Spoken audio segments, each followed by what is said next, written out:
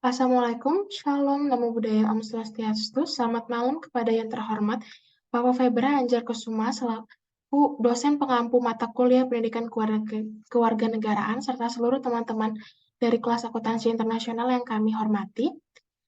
Di kesempatan kali ini saya dan teman-teman dari kelompok 1 akan mempresentasikan hasil diskusi kami dengan judul tujuan dan fungsi pendidikan kewarganegaraan dalam pengembangan kemampuan utuh sarjana dan profesional.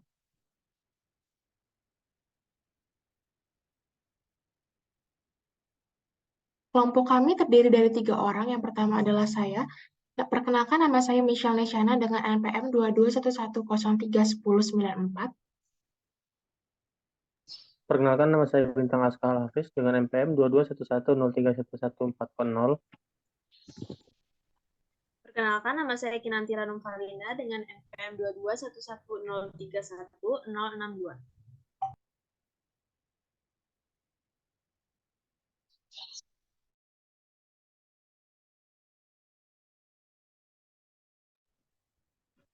Baik, di materi ini akan dimulai dengan daftar isi. Pertama adalah pengertian pendidikan kewarganegaraan. Yang kedua adalah tujuan mempelajari pendidikan kewarganegaraan di perguruan tinggi. Yang ketiga adalah hakikat PKN dalam mengembangkan kemampuan sarjana utuh dan profesional. Yang keempat, artikel dan studi kasus. Yang kelima adalah kesimpulan. Pertama, apakah itu pengertian pendidikan kewarganegaraan? Pendidikan kewarganegaraan merupakan misi pendidikan moral bangsa dalam mendidik warga negara yang cerdas, demokratis, dan berakhlak mulia yang senantiasa memelihara dan mengembangkan cita-cita demokrasi serta membangun karakter bangsa. Tugas pendidikan kewarganegaraan memenuhi amanat pendidikan moral bangsa. Yang kedua, membentuk warga negara yang cerdas, demokratis, dan mengembangkan cita-cita demokrasi serta menggabung karakter bangsa.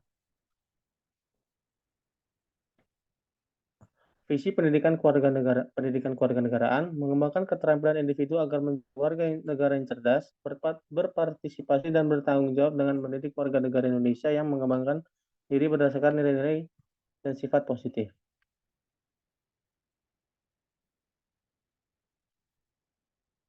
Tujuan mempelajari PKN di perguruan tinggi agar mahasiswa menjadi pribadi yang kritis yang tidak hanya mengetahui hak dan kewajiban, tetapi juga mampu berpikir kritis terhadap persoalan nasional dan internasional.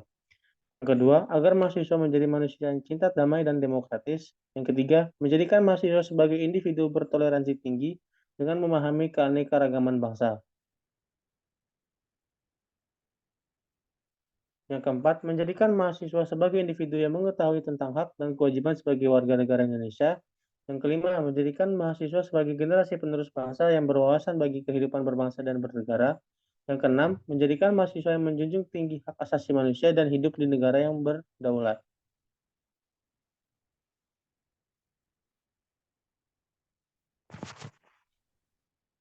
Kali ini saya akan menjelaskan tentang hakikat pendidikan kewarganegaraan dalam mengembangkan kemampuan sarjana utuh dan profesional.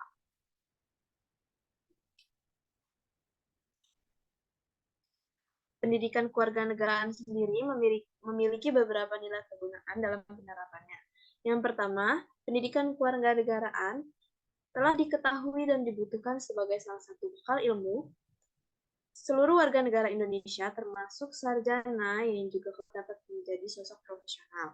Yang kedua, nilai-nilai yang terkandung dalam Pancasila, Undang-Undang Dasar tahun 1945, dan Bhinneka Tunggal Ika dapat menciptakan sarjana dan profesional yang berintegritas, jujur, membanggakan, serta berjiwa pendidikan dengan rasa kebangsaan dan cinta tanah air yang tinggi.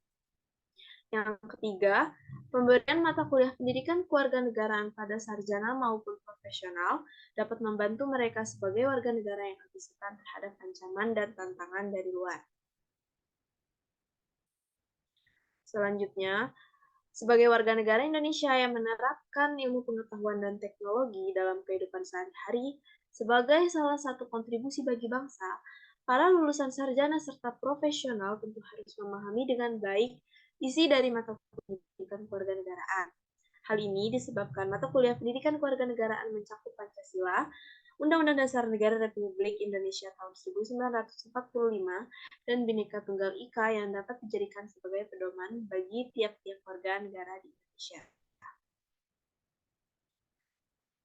Secara kesimpulan, dapat kami simpulkan bahwa pendidikan kewarganegaraan di perguruan tinggi merupakan hal yang penting dalam mencetak sarjana dan tenaga profesional yang dapat menerapkan prinsip-prinsip dasar menjadi warga negara Indonesia. Pendidikan kewarganegaraan sangat penting dalam kehidupan tenaga profesional untuk menjamin lulusan-lulusan yang kompeten dan memiliki rasa cinta tanah air yang tinggi. Selanjutnya kita akan masuk ke studi kasus, yaitu awardee LPDP yang lupa pulang ke Indonesia setelah menerima beasiswa. Ratusan alumni beasiswa Lembaga Pengelola Dana Pendidikan atau LPDP yang sebelumnya melaksanakan pendidikan di luar negeri belum kembali ke Indonesia. Dari 35.536 penerima beasiswa LPDP, terdapat 413 lulusan yang belum kembali ke Indonesia.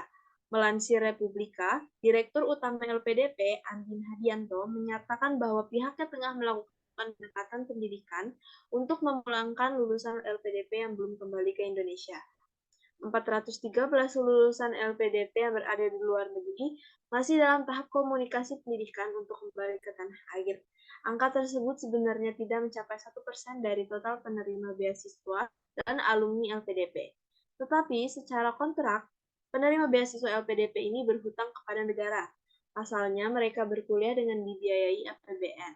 Sri Mulyani berharap para penerima beasiswa LPDP dapat mengganti uang tersebut dengan prestasi dan kontribusi bagi negara.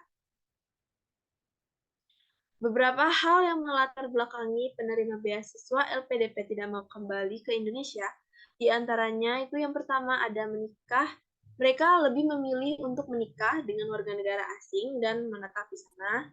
Yang kedua, mereka lebih memilih untuk lanjut studi S3 dengan diakomodasi izin studi lanjutan. Yang ketiga, mereka lebih memilih untuk bekerja di luar negeri dengan gaji yang lebih tinggi. Dan keempat, mereka lebih memilih untuk membayar ganti rugi daripada kembali ke Indonesia. Padahal, penerima beasiswa LPDP ini sudah terikat kontrak. Dalam pedoman umum calon penerima beasiswa LPDP, disebutkan bahwa lulusan LPDP wajib ke Indonesia setelah menyelesaikan masa studinya. Mereka harus sudah berada di Indonesia paling lama 90 hari setelah tanggal kelulusan berdasarkan dokumen kelulusan resmi dari perguruan tinggi tujuan. Jika tidak, maka mereka dianggap melanggar kontrak LPDP.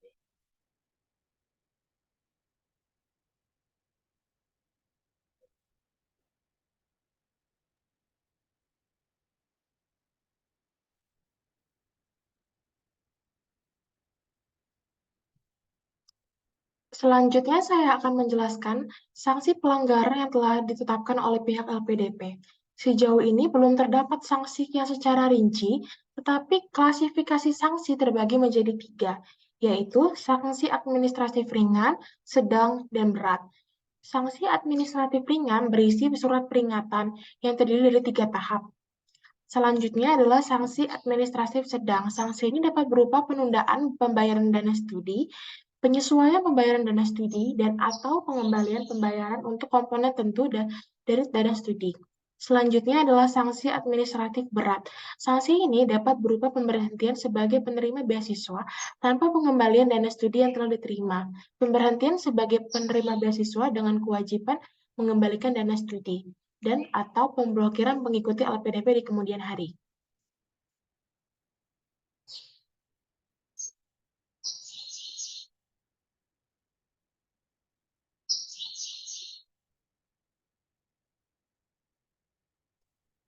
Dari studi kasus yang telah kami baca, kami dapat menarik kesimpulan bahwa beberapa orang atau awardee dari LPDP program e-ISMA Exchange mungkin merasa jika tarif pengabdian terhadap negeri dirasa terlalu lama.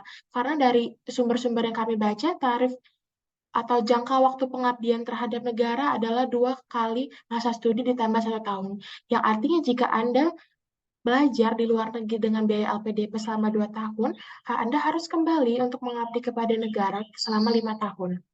Dari artikel di atas dapat disingkat bahwa banyak mahasiswa Indonesia lebih memilih menetap di sana daripada ke Indonesia untuk membangun negeri sendiri. Meskipun dikenakan sanksi, mereka lebih memilih untuk membayar denda dan mengembalikan semua uang yang telah digunakan untuk membiayai mereka, dikarenakan mereka merasa akan lebih sukses di sana daripada di Indonesia. Hal tersebut tidak lain dilandasi karena kurangnya rasa nasionalisme dan patriotisme terhadap tanah air dan bangsa.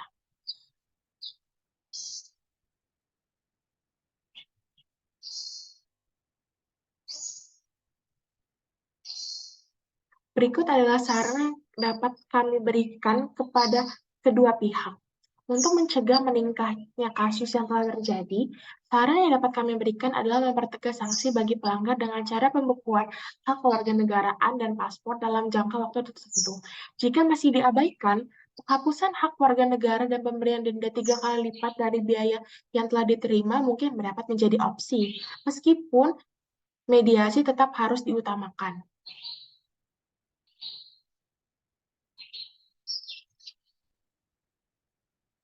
Baiklah, Sekian. sekian presentasi dari kami dari kelompok 1. Terima kasih sudah mendengarkan. Wassalamualaikum warahmatullahi wabarakatuh.